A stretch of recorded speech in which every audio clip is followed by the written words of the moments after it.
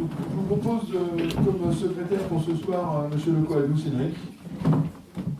Est-ce que tout le monde est d'accord? Ceux qui sont d'accord, lèvent la main. Merci Cédric. Donc l'ordre du jour. Adoption des procès-verbaux des précédents conseils municipaux, notamment tous ceux qu'on avait en retard avec le changement de DGS. Le service a réussi à les faire, donc on a tous ceux, on a 5 ou 6 à mettre en vote. Finance, débat d'orientation budgétaire. Ensuite, tarif de séjour ado. Travaux Chapelle-Kirigale, demande de subvention. Domaine public, déclassement et session gratuite Stambroise et rue Castelpic. Pour le personnel, le RIF 7. Modification du tableau des effectifs. Ratio promu pour Bouvard. CT, CHSCT commun, élection professionnelle pour 2018.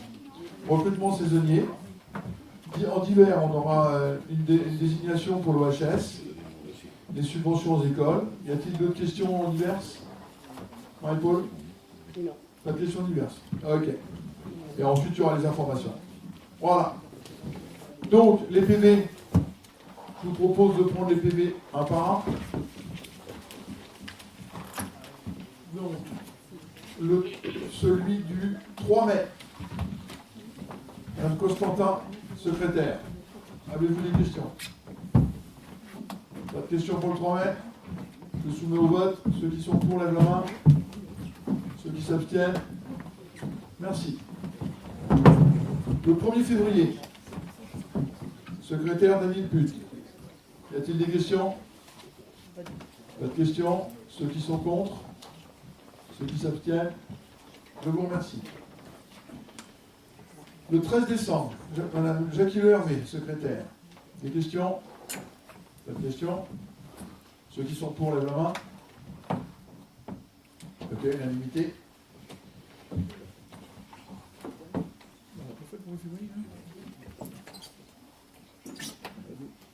Alors, pardon. Alors, attends, on a fait le 1er février 2018, et maintenant c'est le 1er février 2017. Madame Jecker, qui était secrétaire de séance. Des questions? Pas de questions? Ceux qui sont pour, lèvent la main. Ceux qui s'abstiennent. Le 8 mars 2017, Monsieur Cartier Jean-Pierre, secrétaire. Des questions sur le 8 mars? Pas de questions? Ceux qui sont pour, lèvent la main. Ceux qui s'abstiennent. Merci. Et le dernier, le 5 avril 2017, Madame Lancaster Christine. Des questions? Pas de questions? Ceux qui sont contre? Ceux qui s'abstiennent? Je vous remercie. Et on enchaîne avec le débat d'orientation budgétaire. Monsieur Gourmand.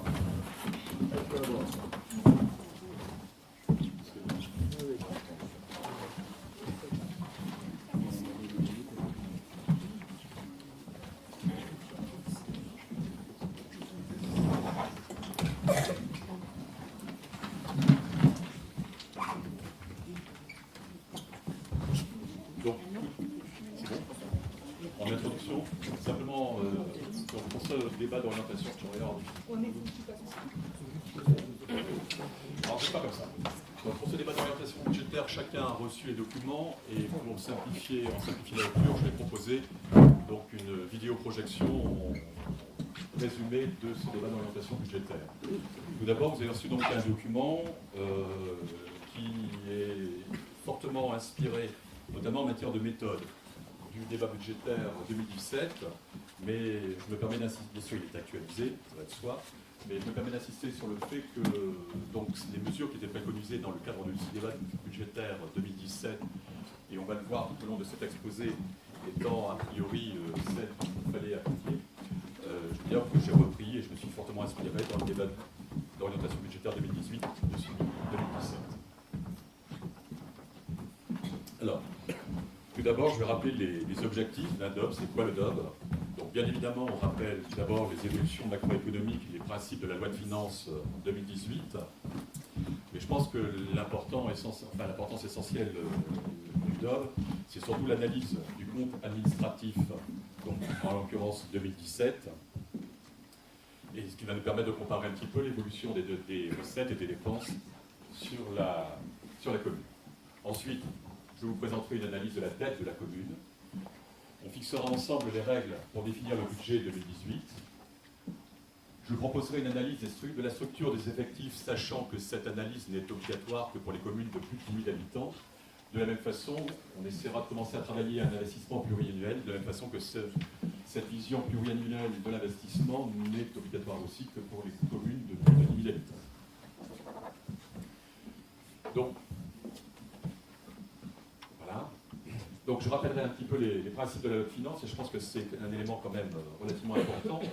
Je dirais que cette loi de finances s'articule essentiellement, c'est comme ça en tout cas que moi personnellement je l'ai compris, sur l'objectif d'un déficit budgétaire en dessous des 3%, ce fameux déficit dont tout le monde parle au niveau européen. Ce déficit pour la France est composé de trois choses, certes du déficit de l'État, mais également de la sécurité sociale et de toutes les collectivités territoriales au sens large du terme, que ce soit les régions, les départements et que ce soit les communes. Et cette loi de finances propose pour les années 2018 à 2020 de contractualiser avec les collectivités territoriales de plus de 60 millions d'euros, ce qui représente en fait 60% des dépenses des collectivités et 340 collectivités, sur les bases suivantes, à savoir une augmentation des dépenses réelles, inflation comprise, à hauteur de 1,1%, et aussi, ainsi, par la mécanique tout simplement de dégager un maximum d'épargne brute et de marge d'autofinancement, de ne pas autoriser trop de nouveaux emprunts. Donc en fait, je me permettrai quand même de porter un petit jugement de valeur sur cet état de fait. C'est quand même d'arriver au déficit budgétaire national qui nous est imposé par l'Europe à 3%, en imposant un peu des règles très contraignantes pour les collectivités territoriales, plus particulièrement pour les communes, sans appliquer ces règles à l'État lui-même. C'est une remarque personnelle, mais c'est bien comme ça que j'ai compris cette loi de finances. Le point suivant, c'est aussi, et tout le monde en entend parler, c'est la suppression donc, de la taxe d'habitation par tiers sur les 3 ans à venir. C'est bien sûr la principale ressource des communes hors dotation, et là aussi, il faudrait attirer l'attention, bien que l'État nous assure aujourd'hui, on n'a pas plus d'éléments d'information qu'il y aura des dotations de compensation. Pour autant, ça éloigne encore une fois, et je dirais c'est vraiment un problème certainement de démocratie, ça éloigne la capacité des communes à pouvoir relever leur propre impôt. Définitivement, on ne peut plus lever l'impôt au niveau des communes et donc éventuellement justifier de services apportés à la population par... voilà. Donc on est complètement limité et contraint par la reprise en main des dépenses des communes par l'État. Point suivant. Merci. Donc, je vais faire un tout petit préambule à l'analyse de ce compte administratif, parce que je sais que c'est toujours très difficile à comprendre pour une majorité de personnes, et c'est pas très facile à expliquer, je vous le promets. Je vais en tout cas essayer de le faire le plus simplement possible. Et je voudrais apporter un tout petit préambule, parce qu'en plus, non content d'avoir un compte administratif, il va falloir retraiter les chiffres. Tout le monde se rappellera simplement que nous avions un excédent de budget d'assainissement qui était proche d'1,2 million, 1,2 million, vous aurez les chiffres exactement sur la diapo suivante. Et nous avons voté à l'ensemble de ce conseil municipal le report des 75% de ces excédents au budget de l'intercommunalité, tout simplement parce qu'au 1er janvier 2017, l'assainissement était reporté, était une compétence dorénavant intercommunale, et donc on devait transférer ce budget assainissement. Le seul problème, c'est que, ayant de fait disparaître, alors je vais essayer d'être simple, ce budget d'assainissement, qui est un budget annexe, pour passer cet argent sur le compte de l'intercommunalité, il n'y avait pas d'autre solution, vu avec la trésorerie, de repasser ceci par le compte administratif 2017, qui en fait, et si je peux voir la diapo suivante, je vais l'expliquer, nous fait apparaître des transactions, on va dire, exceptionnelles sur ce CA 2017. Je rappelle tout simplement qu'on avait donc sur le budget en excédent d'assainissement au 31 décembre 2016, 373 000 euros en fonctionnement, 825 000 euros en investissement. Nous avons voté une affectation de ces excédents à hauteur de 75%, à savoir 280 000 euros en fonctionnement, 619 000 euros en investissement pour l'Interco. Et ces deux chiffres passent par le conseil, par le compte administratif 2017 de la commune. Donc, ces mouvements sont exceptionnels et je vais essayer d'expliquer qu'il faut retraiter la vision qu'on peut avoir pour pouvoir comparer 2016 à 2017, retraiter ces transferts d'une façon exceptionnelle. Voilà. Donc, reprendre simplement les principales masses du compte administratif 2017. Les dépenses totales sont à hauteur de 4 585 139 € pour 4 950 085 € de recettes. Les dépenses réelles sont de 4 426 000 € 489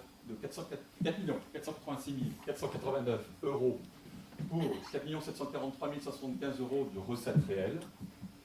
Je me permets de rappeler donc, et je vais essayer de limiter, que ces dépenses réelles comprennent les 280 000 € de charges exceptionnelles, des excédents d'assainissement transférés à l'AC, ce qui donc, déduction faite de ce transfert, donc ce que moi j'ai appelé une analyse retraitée, montre l'épargne brute à hauteur de 597 089 €, à savoir 12,59%, et une épargne nette à hauteur de 404 958 €, à savoir 2,18%.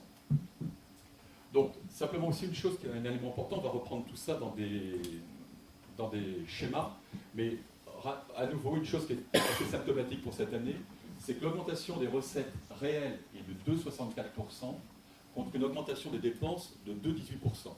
Donc ça veut dire qu'à nouveau, et c'est quand même un élément important en matière de gestion et d'équilibre de la dépense publique, les recettes augmentent plus vite pour l'exercice 2017 que les dépenses. Donc voilà un schéma d'analyse brute du compte administratif en reprenant les 4 700 000 € de recettes réelles, reprenant les 4 400 000 € de dépenses réelles, ce qui nous dégagerait, et là je traite avec des phénomènes exceptionnels, une épargne brute de 317 000 €, une épargne brute qui vient donc dans le budget investissement, qu'on doit rapprocher donc du remboursement en capital de nos emprunts, et ce qui nous permet de dégager une épargne nette à hauteur de 124 930 € qu'on reverse donc au budget investissement. Ça, c'est une lecture brute. J'oserais dire une lecture qu'a priori, hélas, des traitements un petit peu informatisés, des systèmes, des analyses qu'on peut voir quelquefois sur Internet vont reprendre. Et moi, je vous invite à avoir la lecture suivante, et retraiter, mais je n'ai pas d'autre solution, parce que je répète que l'assainissement est repassé au travers de notre CA. On va passer à la diapo suivante.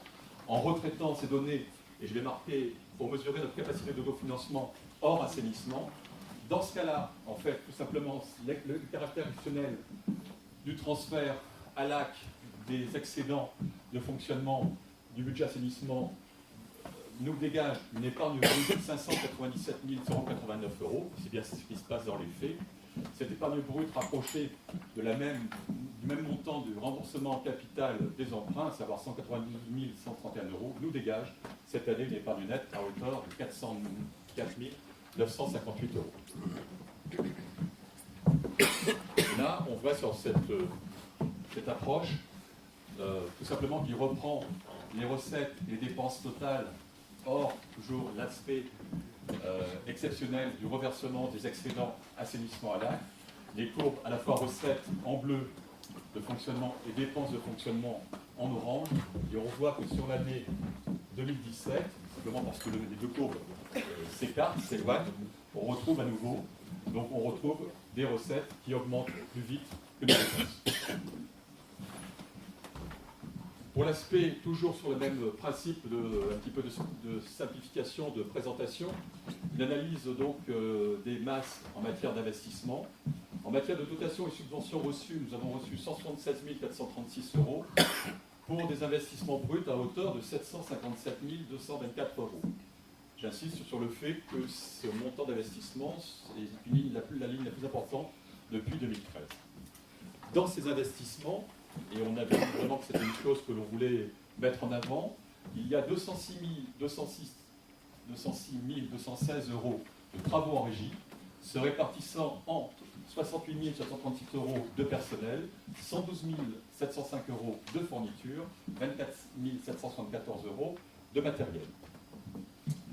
Ce qui veut dire aussi, et on va reprendre tout de suite dans l'analyse des dépenses, et vous le voyez, c'est que dans les dépenses, alors qu'elles sont maintenues à peu près à même hauteur que l'année passée, les dépenses consacrées à ces travaux en régie sont bien déjà dans les dépenses de fonctionnement. Voilà. Alors, ce que je vous propose aussi, parce que c'est une lecture un peu plus facile à avoir et simplifiée, c'est de séparer l'analyse des dépenses de la commune en deux gros postes. C'est d'une part tout ce qui n'est pas le personnel, d'autre part tout ce qui est le personnel. Pour tout ce qui n'est pas le personnel, à savoir le chapitre 11, 14, 65, 66 et 67, donc sauf charges de personnel et bien sûr sauf les charges exceptionnelles d'assainissement, c'est simplement l'excédent de transfert assainissement. En 2016, tous ces postes étaient à hauteur de 1 650 217 euros. En 2017, on constate une baisse à hauteur de 1 617 523 euros. Donc les charges baissent, et je dirais sincèrement grâce à une gestion rigoureuse mise en place, implication des services, contrôle de gestion, budget maîtrisé, groupement d'achat, vous avez pu voter des groupements d'achat, donc ce qui veut dire qu'il y a vraiment du résultat à mettre ce genre de méthode en place. Et quand je disais tout à l'heure, dans l'approche du DOB et de la présentation du DOB, les solutions qu'on avait préconisées l'année passée portaient leurs fruits, on le retrouve ici. Donc à la limite, on fait peut-être même mieux que ce qui nous est demandé, bien que ça ne nous est pas demandé à nous, puisqu'on n'est pas une commune rentrant dans la capacité à contractualiser par le cahier des charges qui leur en est donné, mais on est encore mieux éventuellement que ce qui nous est demandé, puisqu'aujourd'hui, on baisse ce niveau de charge. Pour la partie personnelle, les charges personnelles augmentent. En 2017, elles sont de 2 728 988 euros, et en 2016, elles étaient de 2 401 693. Elles augmentent de 5,3%, contre une moyenne nationale, au niveau des collectivités, de 7%. Mais je me permettrai de vous rappeler que ici, l'année passée, au niveau du conseil du vote du budget, en BP prévisionnel 2017, si on appliquait simplement toutes les choses auxquelles on était contraint, à savoir les évolutions de carrière, les points d'indice, la GVT, la revalorisation des cotisations qui nous étaient données comme une donnée, on ne pouvait pas faire autrement, et c'était d'ailleurs normal qu'on le fasse, que tous ces rattrapages soient faits au 1er janvier 2017, mais en fait c'était contraint par le cadre de loi. La simulation qui était faite, c'était qu'en reprenant exactement les mêmes moyens qu'en 2016, on arrivait à un coût supplémentaire de 172 000 euros. Et en fait, nous arrivons qu'à un coût supplémentaire de 127 295 euros. Ce qui veut dire que là encore, on a eu une bonne maîtrise des frais personnels. Et là, je ne peux que remercier aussi l'ensemble des personnels, puisque ça veut dire quoi, tout simplement? Ça veut dire assiduité personnelle, ça veut dire peu d'absence, ça veut dire peu de remplacement. Donc ça veut dire qu'éventuellement, on a vraiment pu avoir ce genre de résultat, donc une augmentation bien plus faible que celle qui nous était imposée. Les économies, c'est comme ça qu'il faut le voir.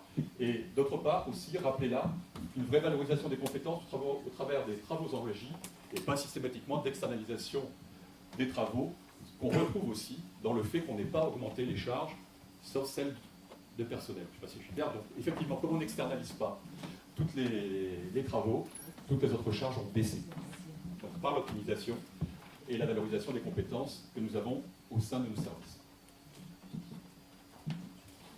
Donc, en conclusion de cette analyse du compte administratif, je dirais vraiment ce qui ressort de ce compte administratif. C'est une baisse des charges autres que charges personnelles. Je marquais mieux que la contractualisation proposée par le loi de finances demandant une hausse limitée à 1,1%. Hausse des charges personnelles maîtrisées et contenant mieux que prévu, que prévu les augmentations légales. La masse salariale est contenue à 53% des recettes. Je rappelle qu'un seuil d'alerte qui peut nous attirer l'attention est de 57 à 58%. Rappelez aussi que les recettes augmentent plus vite que les charges, et tout cela, tout simplement, au service des plus atteints, puisque si on arrive à de tels résultats, ça veut dire pas d'augmentation des taux d'impôts locaux communaux, j'insiste là-dessus, puisque nous, on n'a que les taux au niveau communal et pas les bases. Alors si certains voient certaines choses, les bases, c'est l'État, les taux, c'est les communes. Et nous, on proposera donc de ne pas augmenter, bien sûr, les taux pour 2018. Après cette analyse du compte administratif des dépenses et des recettes, je dois aussi vous présenter l'analyse de la dette. Donc au 1er janvier 2018, la dette de la commune est de 2 790 935 euros. et la capacité de désendettement, c'est-à-dire, ça veut dire quoi? Ça veut dire que si on consacrait l'intégralité de notre épargne au remboursement de la dette, il nous faudrait que 5 ans, c'est-à-dire qu'on n'investit pas, on ne fait rien, on ne fait plus que rembourser la dette, il nous faut moins de 5 ans pour le faire. On tombe cette année à 4,37 ans, ce qui, bien sûr, toujours, je le répète, retraité de la charge exceptionnelle qui transfère des excédents d'assainissement. En rappelant un petit peu aussi toujours les coefficients, quand on est à 15 ans d'endettement, il y a grave danger. 11-12 ans, on est en vigilance. Et que si on est inférieur ou égal à 5 ans, on admet que la capacité d'endettement de la commune est bonne et donc permet des emprunts possibles. Voilà, et qu'il y a des emprunts possibles. Je tiens à rappeler aussi que cette analyse comprend l'endettement dorénavant de la maison médicale qui a été remis au budget général, y compris la dette concernant l'emprunt de la maison médicale. On arrive aujourd'hui à donc une capacité de désendettement à moins de 5 ans. En 2017, nous n'avons pas fait de nouvel emprunt et j'insiste aussi là-dessus, le poids du remboursement annuel de la dette passera de 290 000 euros en 2018 à 201 000 euros en 2027 sans nouvel emprunt. Une petite chose que j'ai sauté un tout petit peu, c'est que tout le monde nous a souvent interpellé sur les engagements vis-à-vis de la maison médicale.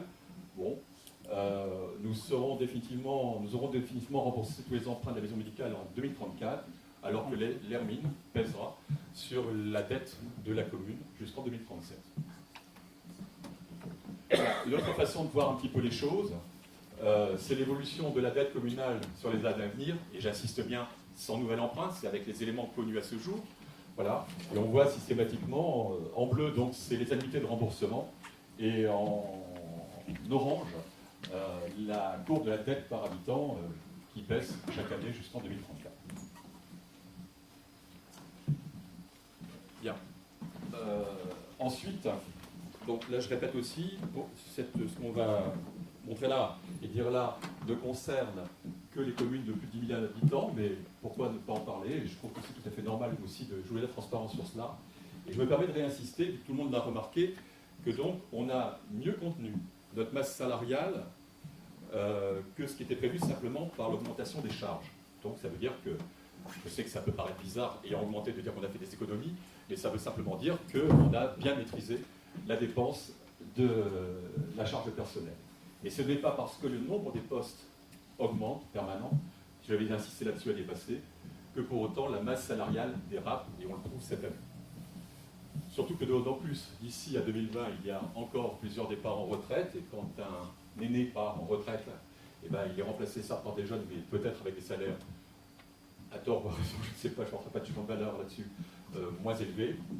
Et déjà, on prend cet engagement-là dans ce débat budgétaire, c'est qu'on contiendra la masse salariale 2018 à la hauteur de 2017, cette année y compris, d'ailleurs, compte tenu des choses que l'on connaît aujourd'hui, et d'autres personnes que moi en parleront au sein de ce conseil municipal du RIFSET. Donc voilà le tableau des effectifs, tant réclamé. Le nombre de postes au 31-12-2016 est de 59, le nombre de postes au 31-12-2017 est effectivement de 62, dont simplement 60 pourvus. Mais j'insiste bien pour rappeler qu'un tableau d'effectifs permanents c'est une chose, par contre ce qui est vraiment déboursé par la commune c'est autre chose et c'est vraiment ce qui compte vis-à-vis de l'économie locale, les finances locales. Donc voilà. Donc maintenant, pour se projeter un petit peu vers 2018, il manque quelque chose, c'est pas la bonne. Donc peu importe. Donc projection 2018, cadrage budgétaire. On propose bien évidemment, c'est pas d'augmentation des taux de fiscalité communaux. C'est poursuite de la démarche d'application responsabilisation budgétaire, ce que j'ai essayé d'expliquer un petit peu tout à l'heure en parlant de contrôle de gestion. Je ne sais pas si c'est le terme est vraiment bien propre en dépenses publiques. Par contre, ce que je sais, ce que ça veut dire, c'est vraiment essayer d'avoir la maîtrise dès l'engagement, même voire avant l'engagement de la dépense, et non pas simplement, je caricature un peu, parce que ça ne se passerait jamais comme ça dans le secteur public, mais à la réception d'une facture. C'est vraiment, dès le départ, on veut maîtriser les dépenses. Et ça marche, et ça se fait. Et là encore, il n'y a qu'à remercier les services pour arriver à de tels résultats. Donc ensuite, il y a une chose que j'ai sautée, alors ça, voilà, je vais le dire comme ça, c'est ma faute. Simplement, dans ce cadrage budgétaire, on renforcera encore l'année prochaine les travaux en régie. Je répète que l'intérêt des travaux en régie, c'est vraiment d'optimiser les compétences au sein de notre personnel. À partir du moment où on les optimise par des travaux d'investissement.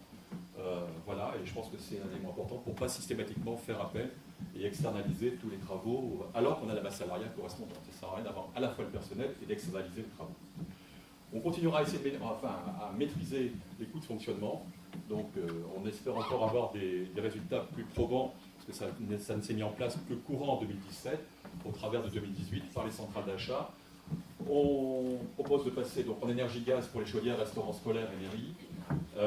Et c'est pas rien, parce que ça c'est du détail peut-être, mais c'est pas rien. On est en train de mettre avec l'équipe des espaces verts une mise en place des gestions différenciées, ce qu'on appelle la gestion différenciée, tout simplement pour là encore limiter certaines masses salariales, pour permettre au personnel de faire des tâches plus valorisantes et plus intéressantes.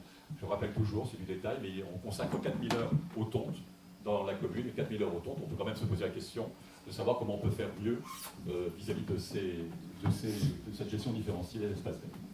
Voilà. Point suivant, et c'est vraiment un gros travail qu'on a entrepris, bien que dès aujourd'hui je pourrais annoncer qu'on n'en tiendra pas compte dans la construction du budget 2018, on fera comme si ça ne se faisait pas, mais on sait qu'au cours de l'année 2018, on aura un transfert de charges de fonctionnement du fait même de la prise de compétences intercommunales concernant le tourisme, le nautisme, la LSH, la compétence jeunesse. Un simple exemple, aujourd'hui, c'est toujours en matière locative, on va dire en matière immobilière, et en matière fluide, la commune qui supporte les frais de l'office de tourisme, sachant que cet office de tourisme, dorénavant, est une compétence intercommunale. Et donc de toute façon, toutes ces choses-là seront réglées au plus tard pour le 1er janvier 2019. Ça peut certainement être proche d'un montant de 100 000 € pour la commune. Donc baisse à nouveau des charges possibles en matière. En tout cas, ce sera opérationnel pour le budget 2019 et une grosse partie pour être opérationnel dès le budget 2018. En tout cas, on s'y emploie avec les services intercommunaux et aussi avec les élus intercommunaux. Voilà, et pour finir, quelques réflexions sur les investissements prévus sur 2018 et les années suivantes. Donc, continuer l'effort, et ça c'est bien le chiffre annuel, sur la voirie, à savoir 300 000 € externalisés et 150 000 € en régie. Ensuite, il y a les postes écoles publiques, les postes bibliothèques, comme d'habitude ASH, informatique, communication. Donc l'habitat partagé, 60 000 €. Église et chapelle, 32 000 €. Sanitaire, plage et parking en mine, 100 000 €. La maison des jeunes de la musique et des associations, donc 500 000 €. Et pour éviter que des chiffres, voilà, on avait peut-être pas parlé de chiffres hors taxe, je rappelle que les chiffres investissements présentés sur ces tableaux sont TTC. Donc on retrouve les 600 000 € avec 500 000 € qu'on envisage en travaux externalisés et 100 000 € en travaux en régie. Voilà, on retrouve là, pour la cohérence, les chaudières à gaz, mairie et restaurants scolaires.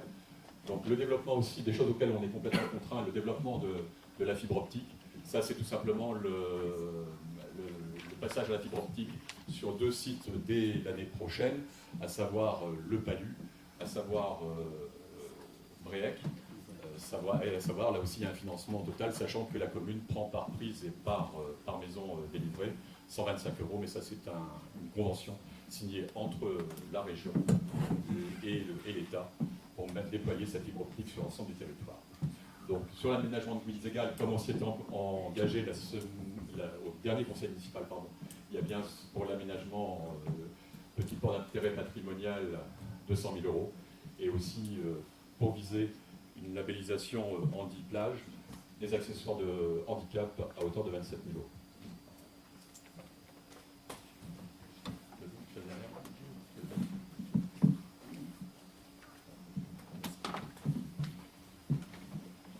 J'espère que par cette présentation avoir peut-être été un peu plus simple, je n'ai pas voulu être simpliste, plus simple dans l'exposé que le lourd document.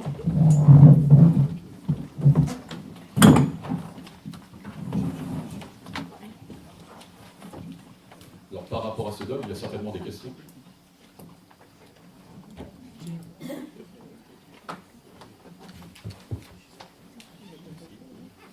parler très fort.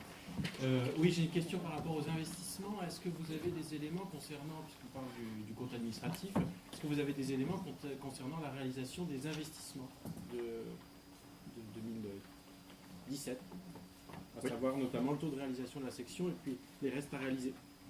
Oui. M'accorder quelques instants? Bien sûr. J'ai prévu. On peut peut-être prendre d'autres questions?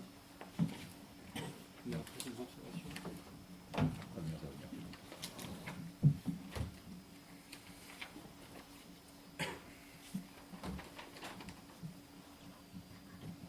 Alors, les restes à réaliser sur la section de fonctionnement, mais là aussi, la difficulté, c'est le retravail avec ces fameux transferts à la section, au budget, aux excédents, assainissement, pardon, je vais y arriver. Voilà.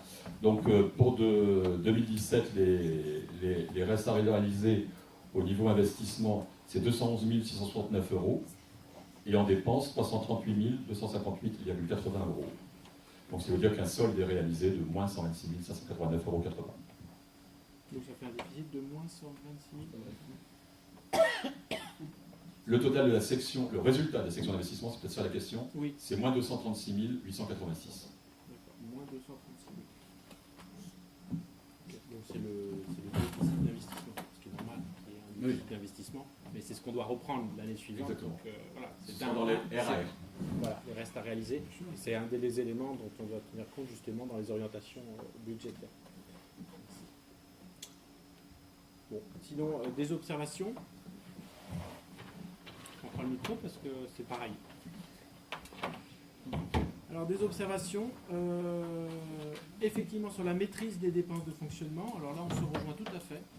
Parce que, effectivement, les efforts de mutualisation montrent leurs résultats. C'est vraiment des éléments qu'on a souhaité mettre en place. Et finalement, si on regarde les tableaux qui sont donnés, on a une cohérence depuis 2015, puisqu'on a une évolution notamment du chapitre 011, une évolution qui est à peu près dans la même fourchette. Donc on est bien sur...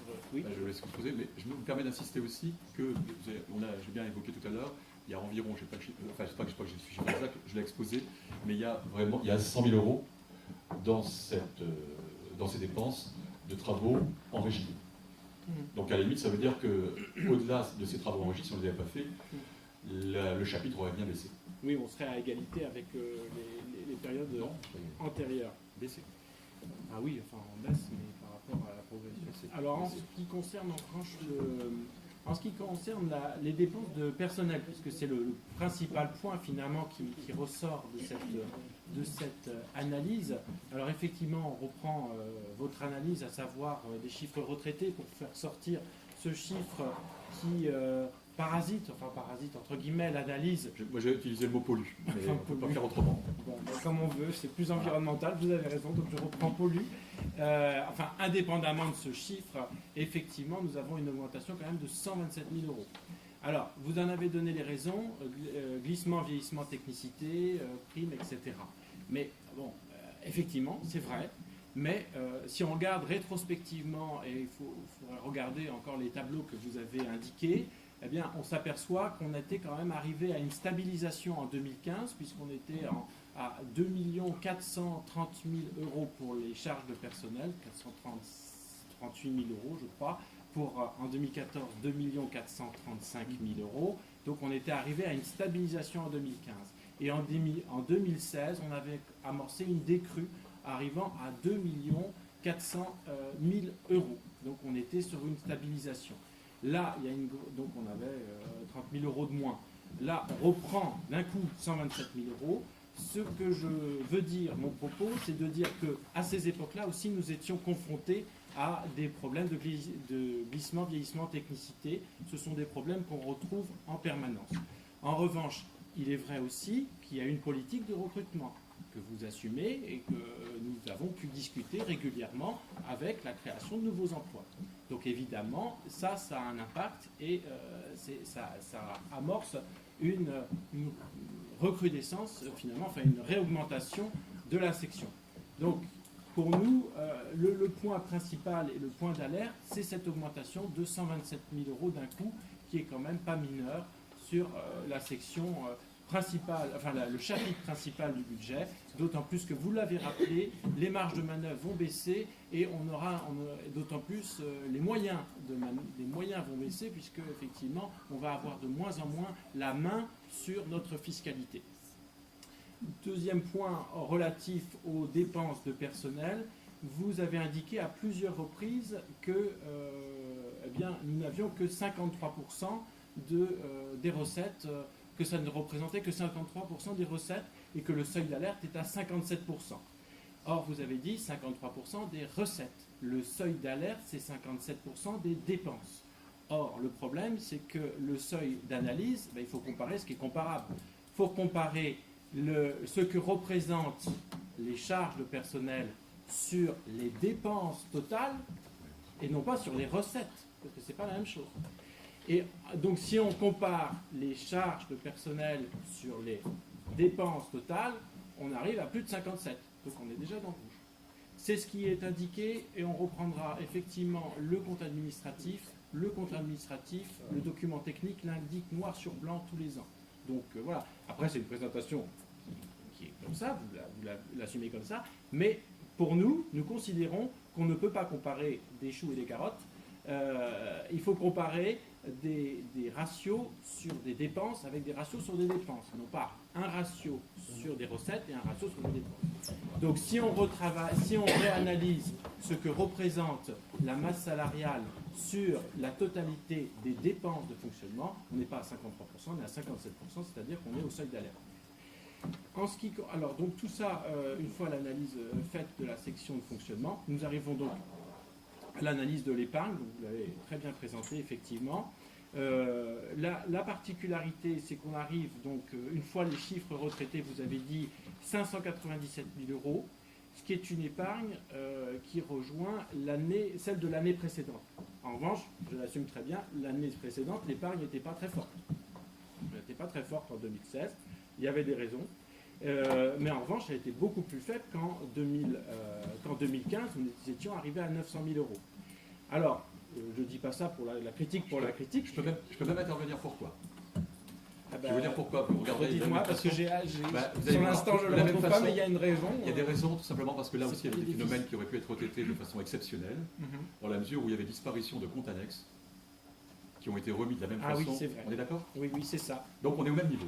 C'est ça. Et donc il avait fallu effectivement absorber des déficits. Et si on retraite de la même façon, on serait arrivé au même niveau. Voilà, et c'était les années de réintégration du budget de la maison médicale. Donc effectivement, j'avais oublié, vous avez effectivement l'honnêteté de l'indiquer parce que c'était effectivement ça. Quoi qu'il en soit, on avait, et on voit bien l'année 2015 était un effort important pour justement gagner une épargne. Parce que finalement, vous l'avez indiqué vous-même, avec les marges de manœuvre qui diminuent, avec cette impossibilité de pouvoir agir sur les... c'est M. Euzet qui me fait rigoler. Je pense qu'il... Non mais c'est pas grave, je vous en prie. Bon, bref, alors je me concentre. Donc avec les marges de manœuvre qui diminuent, avec notamment cette disparition de la fiscalité, on va aboutir finalement, quelles seront nos marges de manœuvre? C'est la capacité à dégager un excédent de fonctionnement. C'est une source de fonctionnement, c'est une source de recettes. Donc effectivement, vous avez rappelé pourquoi elle n'était pas bonne, pourquoi l'épargne n'était pas très bonne en 2016. Donc, mais il va falloir effectivement qu'on travaille ce point-là. Et dans ce cadre-là, c'est la maîtrise des dépenses de fonctionnement. Donc elle est maîtrisée sur tout le hors personnel. Sur le côté personnel, à mon avis, il y a des efforts à faire. Et à mon avis, il faut repenser, et on le fait à chaque fois, c'est notre point de vue qu'on exprime à chaque fois qu'il s'agit de créer des recrutements nouveaux. Il faut, à mon avis, mettre la pédale douce, de sorte à pouvoir garder une marge de manœuvre en dégageant justement cette marge, cette capacité d'autofinancement de nos projets d'investissement, parce qu'on n'aura plus grand-chose à côté.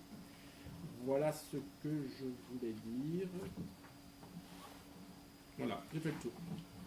Je vais me répéter, mais je vais quand même apporter deux petits commentaires, notamment sur le personnel, puisque c'est quand même des enjeux, et je suis d'accord avec ça, très important. Je répète que chaque 1er janvier de l'année, on n'a pas des obligations, enfin il y a des obligations légales qui sont différentes. L'année passée, on savait très bien qu'on avait ces obligations légales de rattrapage qui ont été mises en place. et on a eu à y faire face. Je répète qu'avec la même utilisation de personnel qu'en 2016 sur 2017, même nombre d'heures travaillées, etc., on aurait eu une augmentation de 172 000. Je trouve que de la ramener à 127 000, moi je vois plutôt comme une économie, quoi qu'il en soit, de 50 000 euros. Deuxième chose, vous avez bien entendu, j'espère, que nous avons pour ambition d'avoir la même masse salariale pour 2018 et ne pas d'employer ce même argument l'année prochaine, puisque je n'ai pas l'employer. Juste une question, il y avait été question au moment où on avait créé un poste d'animateur, il était question qu'il soit pris en charge à 100% par la communauté de communes. C'est dans les tuyaux. Vous avez vu que dans les 4 postes, il y a nautisme, tourisme, ALSH, jeunesse. Ça répond à votre question. Ça va être transféré le plus rapidement possible. L'ordre du jour était arrivé dans les courriers indésirables. Voilà, donc c'est bien un sujet traité et Alors ça, c'est ce qu'on va voir tout à l'heure. Ce que je veux simplement expliquer, c'est qu'on ne sait pas, on sait que ce sera définitivement résolu au 1er janvier 2019, et on ne sait pas au plus tard, mais Philippe, on ne sait pas si cette année, ça disparaîtra complètement de nos dépenses, ou si ce sera une recette reversée par l'intercommunalité. Alors, moi, ce que je n'ai pas compris, c'est qu'au moment où la création du poste a été décidée et vue en conseil municipal, il avait été dit que la communauté de communes était d'accord pour prendre en charge à 100% ce poste. Je peux apporter un témoignage, je participais à cette chose-là dans le débat qui avait eu lieu avec l'intercommunalité, c'est ce que j'avais aussi moi entendu. D'accord, parce que... Ah oui, ce qui avait été promis. Oui, parce qu'il faut que ça se traduise, normalement ça doit se traduire par une convention qu'on va voter au conseil municipal. Et ça fait plus de 6 mois. Et on travaille dessus. Ou un transfert de personnel. Ou un transfert de personnel, mais enfin bon, de toute manière, ça doit passer au conseil municipal, et pour l'instant c'est pas possible. On est plus sur un transfert personnel. On enchaîne. Merci. Moi, j'aimerais remercier tous ceux qui ont œuvré sur ce DOB et qui préparent aussi au montant, non? Pas de problème, qui ont fait le DOB et qui préparent le budget. J'aimerais remercier les services qui font un gros boulot là-dessus, Michel. On les remerciera à notre part. Et je remercie aussi les élus qui ont bien œuvré là-dessus. C'est un boulot d'au moins 3 mois. Et surtout les personnels. Parce que les résultats qu'on obtient, c'est un travail de l'ensemble des personnels. Tout à fait. De la base jusqu'au plus haut dans la hiérarchie. Jean-Michel, séjour ado. Séjour ado. On revient un peu plus terre à terre. Comme l'année passée, la commune organise un séjour à Sex pour les ados de chez nous. 15 places. Les dates sont les suivantes. Du 24 juillet au 1er août, c'est-à-dire 7 nuits, 9 jours. Comme l'année dernière, les enfants sont hébergés en camping. Le transport est assuré par les animateurs qui utilisent les minibus de la commune. Donc la question du tarif est proposée au débat. L'année dernière, le tarif était unique, à 250 €. Et cette année, il y a un préalable étant donné que pour avoir une subvention CAF, il faut un tarif modulé. D'autre part, les familles peuvent prétendre aussi à des tickets CAF évasion. C'est à chaque famille de faire la demande et ça vient en déduction de la somme demandée. Donc la proposition que l'on vous fait ce soir, c'est une participation minimum de 150 € et un maximum de 250 €. Les critères de base de calcul, c'est le RAB, c'est-à-dire le revenu annuel brut, avec un taux appliqué sur le revenu. Le taux, c'est de 0,00111. C'est passé en commission des finances le 23 février 2018. La commission a donné un avis favorable à l'unanimité. S'il n'y a pas de questions, Si, une question de Une information. Il est possible que la ville de Plouézec s'associe à nous sur ce déplacement. D'accord. Donc, par contre, en payant. Non, mais en payant, il faut Oui, aussi ils font la même voyage. ils font la même démarche. Ils préparent un minibus avec voilà, le même principe. Donc, je passe au vote. Qui est contre ce tarif modulé? Qui s'abstient? Je vous remercie pour les enfants. Okay.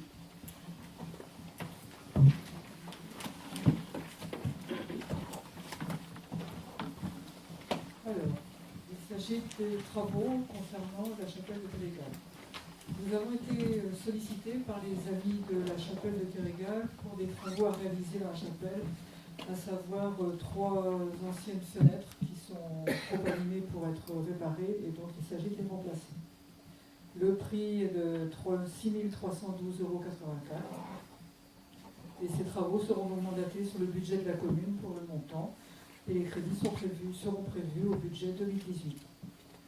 Une subvention est demandée à l'association des Amis de Kérégal d'un montant de 5 260,70 € qui correspond au montant des travaux achetés.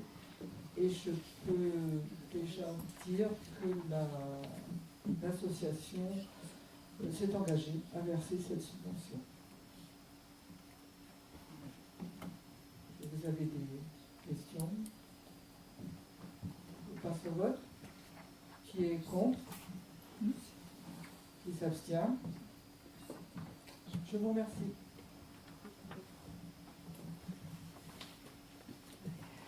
Monsieur Cartier,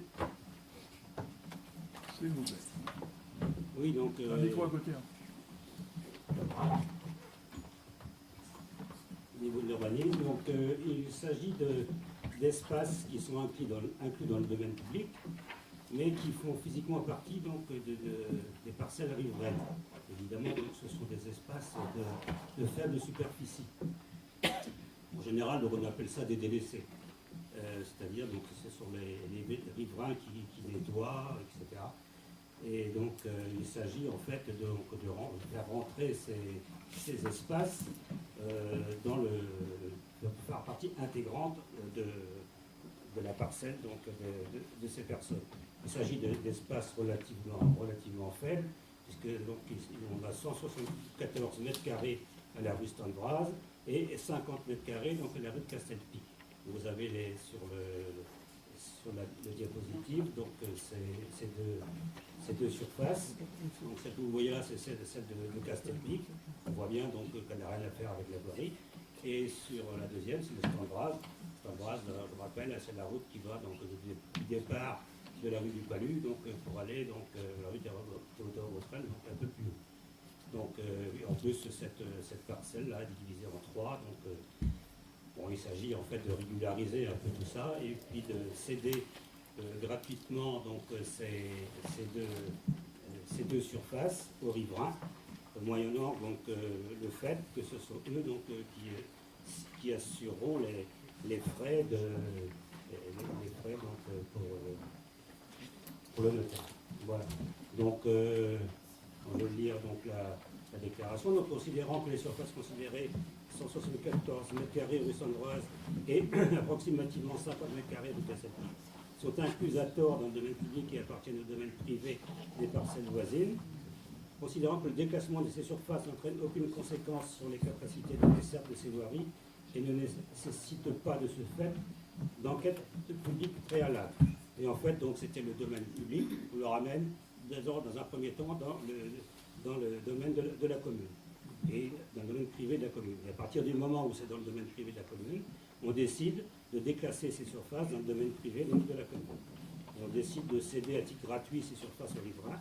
Les frais de bornage d'actes éventuels donc, seront à la charge de ces deux riverains. Est-ce que quelqu'un est contre cette session? Qui est pour? Qui est contre? Merci. Monsieur Vanvant pour Rive 7. Alors, le RIF 7, je ne vais pas vous lire tout ce que vous avez sous les yeux parce qu'on n'en sortirait pas. D'abord, je vais vous dire ce que c'est que le RIF 7. C'est le régime indemnitaire lié à la fonction, aux suggestions, à l'expertise et à l'expérience professionnelle. Ce régime indemnitaire va remplacer ce qu'on appelait avant les IAT. Il est constitué de 2 parts. L'IFSE, indemnité de fonction, de suggestion et d'expertise, qui est liée au poste de l'agent et à son expérience professionnelle. On tient compte de l'encadrement, de la coordination, du pilotage ou de la conception, la technicité, l'expertise, l'expérience ou une qualification spécifique, les suggestions particulières ou degrés d'exposition. L'IFSE de l'agent est réétudié au moins tous les 4 ans au regard de l'expérience acquise ou des modifications intervenues sur, la fiche de poste. Pardon. Et la deuxième partie du RICEP, c'est le CIA. C'est un complément indemnitaire lié à l'engagement professionnel et surtout à la manière de servir. Ce CIA peut être réétudié chaque année en fonction de l'entretien individuel d'évaluation que l'agent a auprès de son chef de service. Donc ce que l'on vous propose, c'est que, en prenant les catégories A, B et C, on a créé des sous-groupes A1, A2, A3, A4. En B, pareil, B1, B2, B3. Et en C, C1, C2, C3. La proposition de critères est ainsi faite, c'est 1 la fonction, 2 les suggestions particulières, alors il y en a une vingtaine, mais on pourra aussi en apporter d'autres. On a l'intention de retrouver nos agents du CT au mois d'octobre-novembre pour rediscuter un petit peu de tout ça, mais toujours est-il, je vous le dis dès à présent, le comité technique a voté à l'unanimité, moins une voix, si je ne me trompe pas, ce RICEP. Donc le troisième, c'est l'expérience dans le métier. On va accorder, mettons, un point, enfin mettons, c'est sûr, un point pour celui qui a fait moins de 5 ans, 2 points entre 5 et 10 ans, 3 points, et ainsi de suite, 5 points celui qui a plus de 30 ans. On va tenir compte aussi des formations que va pouvoir faire l'agent, et on tient compte de l'historique et de son recrutement. Donc à chaque critère correspondra un nombre de points. On a ainsi, avec les services, et je remercie de la même façon notre DGS Erwan et notre RH Marie-Reine, on a fait un tableau avec 5 colonnes. La fonction, ce sera sur 20 points, la suggestion sur 10 points, l'expérience dans le métier 5 points, les formations sur 5 points, et l'historique sur 5 points. Ça constituera ce qu'on appelle l'IFSE. Et pour le CIA, on aura des critères tels que la manière de servir, la disponibilité, la responsabilité. Ce que je peux vous dire, c'est que l'IFSE représente à peu près 90% de l'indemnité et le CIA 10%. Des primes, c'est une prime. Hein. Donc, voilà ce que je pouvais vous dire rapidement sur ce qu'est le RICEP, c'est pas évident. Les bénéficiaires, bien entendu, ce sont les agents titulaires et stagiaires à temps complet, à temps non complet et à temps partiel.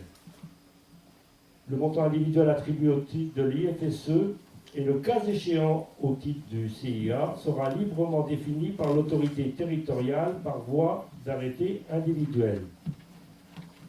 Ce régime n'est pas cumulable avec la prime de fonction de résultat, l'indemnité forfaitaire, vous avez ça sous les yeux. Hein, il y a une dizaine de points d'indemnité qui ne peuvent pas être cumulés. Par contre, ce qui est intéressant, je le dis pour les agents, c'est qu'ils peuvent cumuler ce RICEP avec une indemnisation des dépenses engagées, par exemple les déplacements, les indemnités différentielles complétant le traitement indiciaire, et surtout, ce que je vois, c'est la prime de fin d'année. Ils pourront cumuler le tout. Le montant annuel de l'FSE sera versé aux agents mensuellement, de la même façon que le CIA. Je pense avoir fait le tour, parce que, bon, vous avez tous les chiffres là, mais je ne vais pas vous les donner, vous avez vu. Alors, ce que je peux vous dire, c'est que notre volonté pour cette année, la volonté de notre équipe, c'est aucun agent ne perdra de revenus cette année. Et de la même façon, comme vous l'a dit tout à l'heure mon collègue Michel, on a abondé au chapitre 012 du budget une somme de cette année de 8 000 €. Partant de là, si vous avez des questions et si je peux répondre.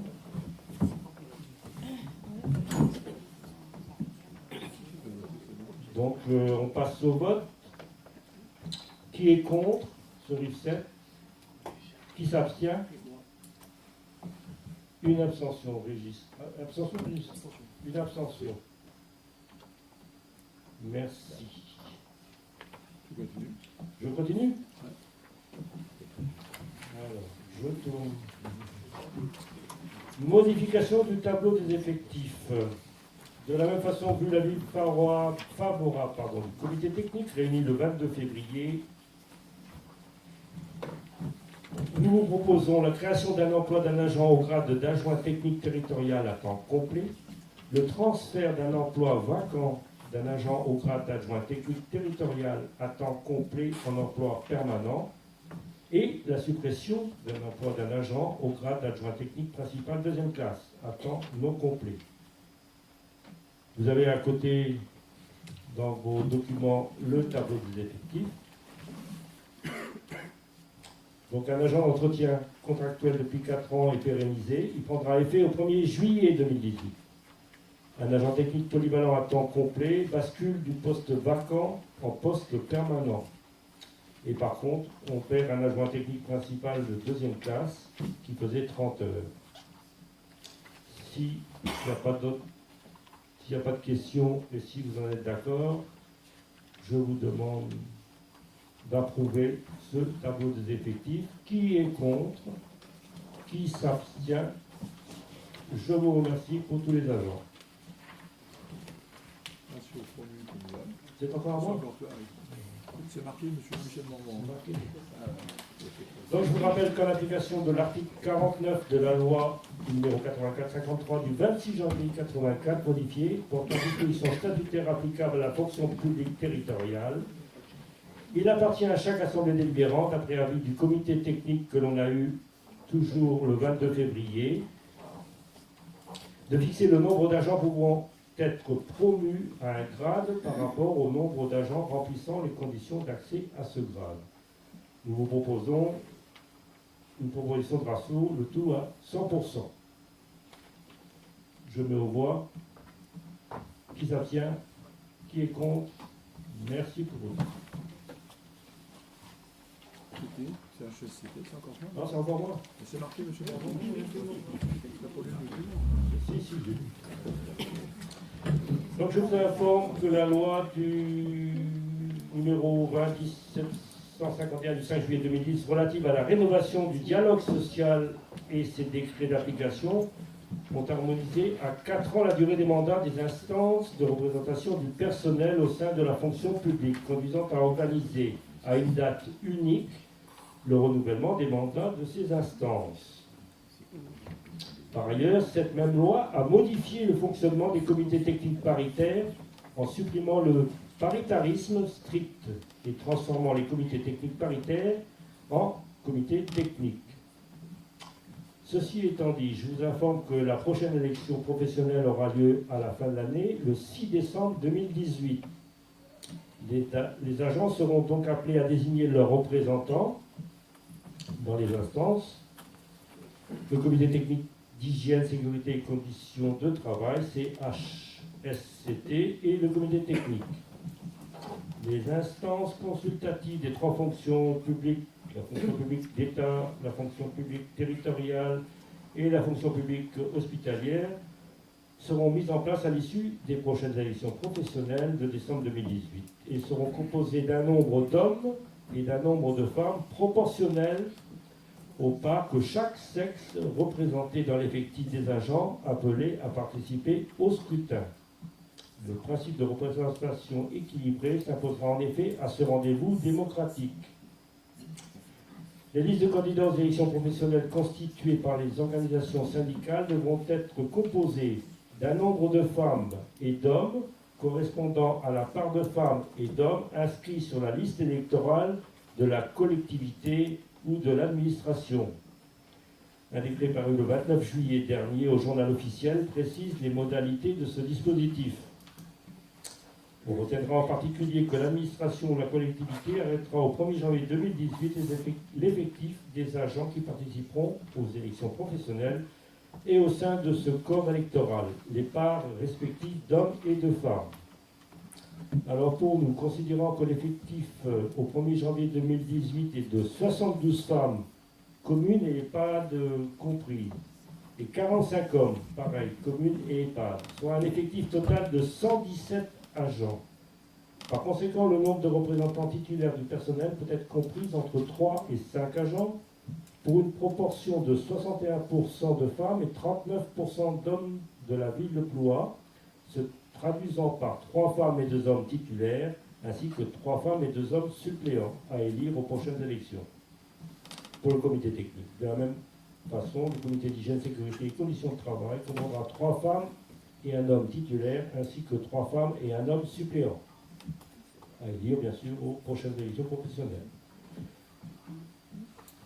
Donc, nous vous proposons de maintenir à 5 le nombre de représentants titulaires du personnel et en nombre égal le nombre de représentants suppléants pour le comité technique, maintenir à 4 le nombre de représentants titulaires du personnel et en nombre égal le nombre de représentants suppléants pour le comité hygiène, sécurité et conditions de travail. D'appliquer une représentativité équilibrée proportionnelle à la répartition hommes-femmes de la collectivité des membres du comité technique et du comité hygiène, sécurité et conditions de travail.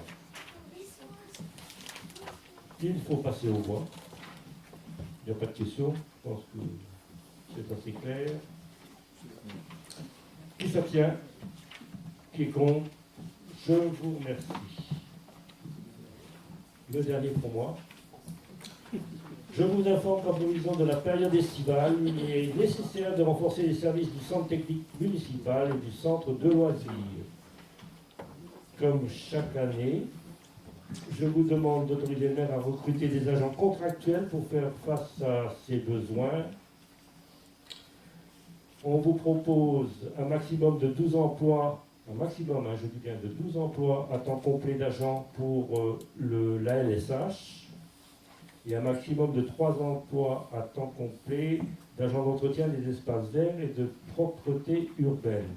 Je vous rappelle que l'année dernière, si j'ai bonne mémoire, on avait embauché 8 pour la LSH et 2 saisonniers. Donc le maire sera chargé de la détermination des critères de recrutement. Les crédits sont déjà inscrits au budget. Pas de questions particulières? Juste une question, si on a recruté 8 l'an dernier, il n'y a peut-être pas besoin d'ouvrir 12 postes. Oui, On peut effectivement, réduire on en met 12, ça dépendra du nombre d'enfants et des tranches d'âge. Voilà, c'est uniquement ça. Il vaut mieux prévoir large en fonction des inscriptions qui vont commencer incessamment sous peu. Je peux mettre au voix? Il n'y a pas d'autres questions? Qui est contre? Qui s'abstient? 4 abstentions? 4 abstentions. C'est noté. Je crois que j'ai fini. Oui, tu as fini.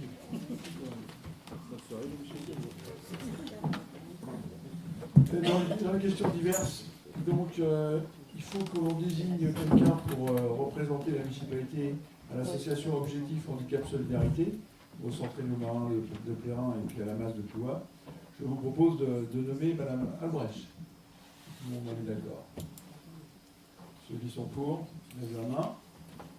Ceux qui s'abstiennent, merci pour elle. À vous, sur les informations, sur les codes. En question diverse, à la fin du dernier conseil municipal, nous avait été posée une question quant aux subventions aux écoles privées. Donc on va apporter toutes les précisions nécessaires quant à ces subventions. Et au centime près. Donc simplement rappeler d'abord que ce qui est la loi subvention nous impose simplement d'apporter des subventions vis-à-vis des communes, vis-à-vis de l'école primaire privée. La loi nous impose 26 728 €. Ça, c'est la loi. La commune a versé cette année exactement 40 394 € Il y a des subventions directes aux écoles privées, à la fois maternelles, je rappelle qu'on n'y est pas obligé, et primaires, et à la fois participation aux activités générales, sportives, enfantines, pour un montant de 8 701,53 €, et là encore, on n'y est pas obligé. Et tout particulièrement pour le collège, à hauteur duquel on contribue pour ces activités à hauteur de 1898,30 €. Il est vrai qu'en 2016, La municipalité avait apporté 62 795,69 €. Donc il y a bien un écart de 22 000 €. Mais a priori, je répète, qu'entre 26 000 € et 62 795 €, on avait trouvé que apporter 80 394 € était une juste chose.